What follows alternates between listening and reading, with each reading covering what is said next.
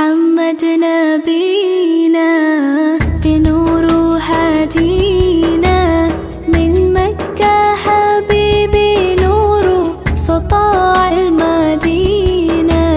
من صلى صلاته وتحلى بصفاته